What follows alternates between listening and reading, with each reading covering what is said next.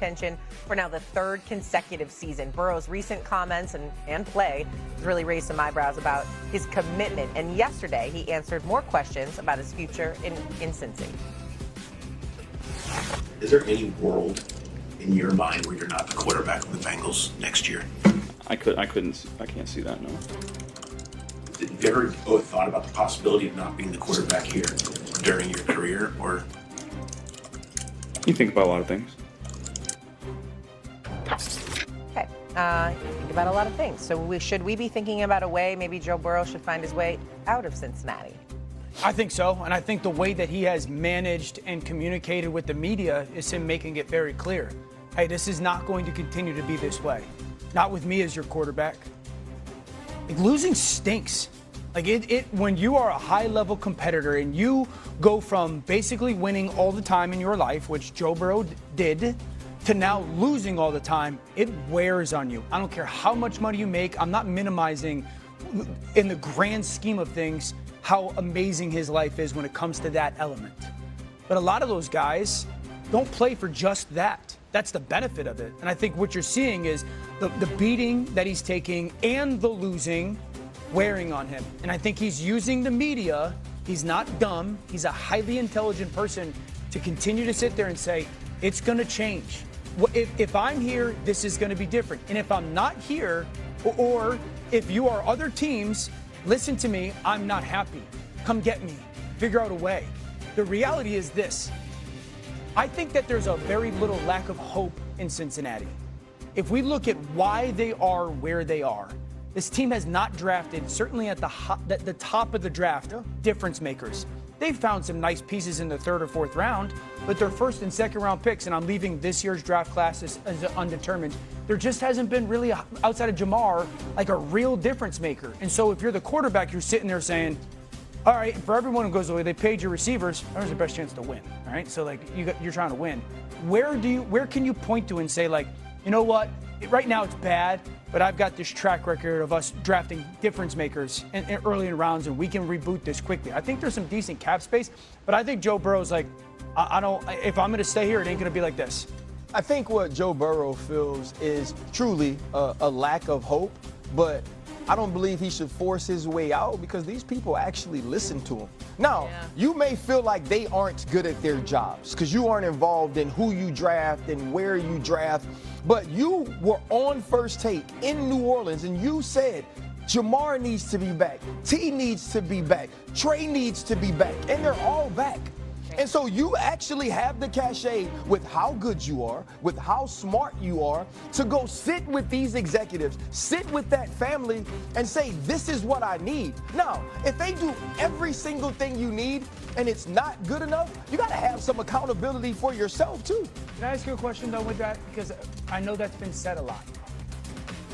Coming off of last season, when they, as an offense, were historically great and still didn't get in, what would have been the alternative for Joe?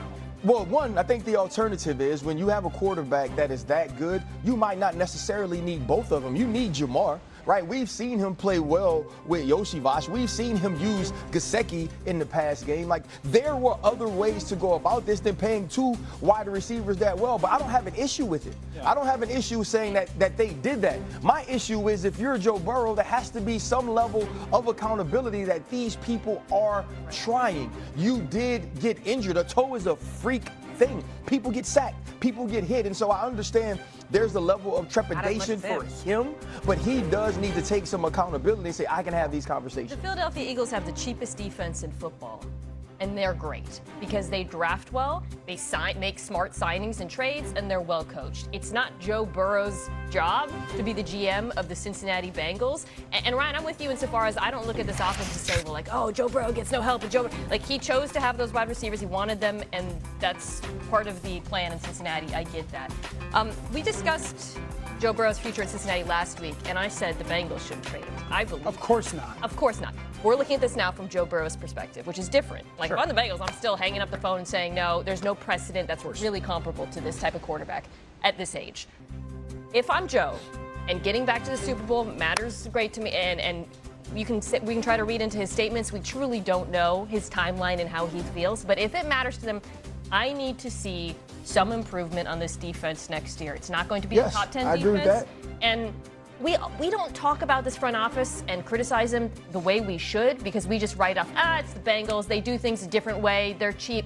We should be criticizing them and holding their feet to the fire. If this was a bigger market team, people would be calling for wide-scale change in the front office. That's where I see the biggest flaws on this team. And frankly, Joe Burrow should be calling. So, but that, like, from Joe's perspective, because I know, I agree. Cincinnati, of course, he's one of the 5 best players in the league, certainly a top 3 quarterback. From Joe's perspective, like, what gives you the willingness or the want to, or like, I'll hang on for next year? Because then that's another year. You know, I want to see improvement. Is that going to be enough? What about Jamar? The resistance, because what it would take for him to force his way out would be unlike anything we've seen. Sure. I mean, this is not Aaron Rodgers trying to get out of Green Bay or Russell Wilson trying to get Seattle. This would be massive, controversial. He would take so much heat. The city would be so angry. Yeah. So it's not simple for him to get out. Joe Burrow should give less than a damn about how the city feels. The city has tolerated Mike Brown all of these years. That's an owner that should be ran out of town with the job that he's done over the years. I will remind y'all that Carson Palmer wanted and was going to retire rather than play for the Cincinnati Bengals. I also have to pay attention to the fact that you went to the playoffs 7 straight years with Marvin Lewis, like 5, I think it was like 7 straight years with Marvin Lewis at your quarterback. 5 straight years, Andy Dalton was your quarterback. Yeah. You're Joe Burrow. What we're not paying attention to, as far as I'm concerned, forget the back-to-back years. That's a given where he didn't miss a game, and they probably actually missed 1 game. I think it was 16. Yeah, he didn't miss a game, and they went to the AFC back-to-back AFC Championship games and a Super Bowl, right? But fast forward to last year. Last year, he threw for nearly 5,000 yards. Right. Last year, he completed 70% of his passes. He threw 43 touchdowns. And like just 7 or 9 interceptions. And they still missed the playoffs. So when are we going to talk about management?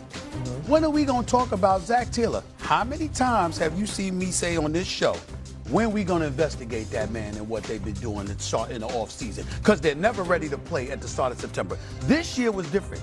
And it was the lone year, other than 1 year they went to the AFC Championship game, where they came. The first 2 games of the season, that's 12 games. The man was 1-11.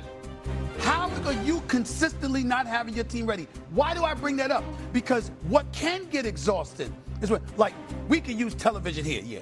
Stephen A. First, hey, damn it, this girl's a hell of a host. And damn it, y'all are hell of experts on the NFL. Damn it, without y'all, I can't do it. Can't do it. Imagine if somebody got to come to work every day, and if you pass gas, y'all gonna fail. It's like, damn. It's like, damn. So you Joe Burrow, right? That's a lot. But in that, guess what you are here? You're Joe Burrow.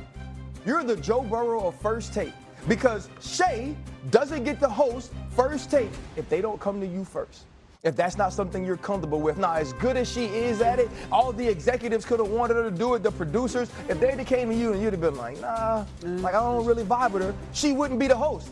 If Mina didn't contribute the way she did, Dan, myself, we wouldn't get to sit here. Joe Burrow has an opportunity to do that. Yeah, but what and if they are inept at their jobs, I agree with Mina, then you go through the year and you do something different. But I want to go where Dan went. Because what I'm saying to you, to use your example, if I'm upstairs and it's a bunch of bosses that don't listen, and the ratings are nosediving, we got a problem. Because you're not listening. No, here's what I'm saying. Because I'm looking at it from the standpoint, those 3 dudes, we're thinking they